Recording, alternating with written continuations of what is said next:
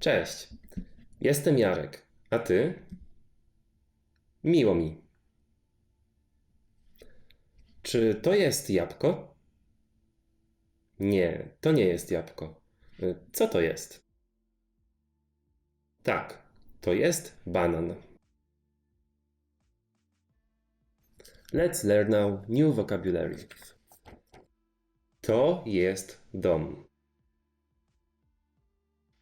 To jest student. Repeat after me. To jest dom. To jest student. To jest dom. To jest student. Answer the question now. Co to jest? Tak, to jest dom. Kto to jest? Tak, to jest student.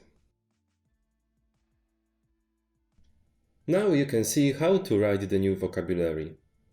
Let's practice the speaking. Repeat after me. Co to jest? To jest dom. Kto to jest? To jest student. Answer my questions now. Co to jest? Tak, to jest dom. Kto to jest? Tak, to jest student. And now let's see the English translations. Co, what, to jest, is it? And the answer, it is, to jest, dom, a house.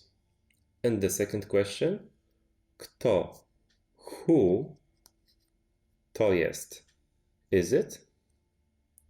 And the answer, it is, a student. To jest student.